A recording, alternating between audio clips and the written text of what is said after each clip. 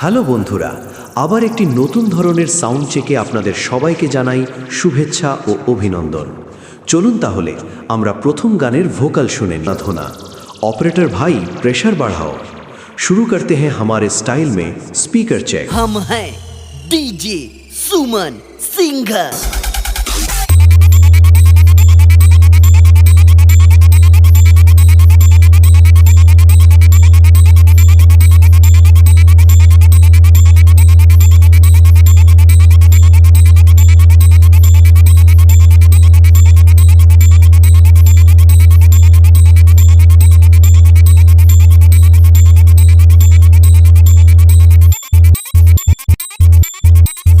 बहुत घमंड है ना तुझे, तो लो सुनो क्वालिटी। download.com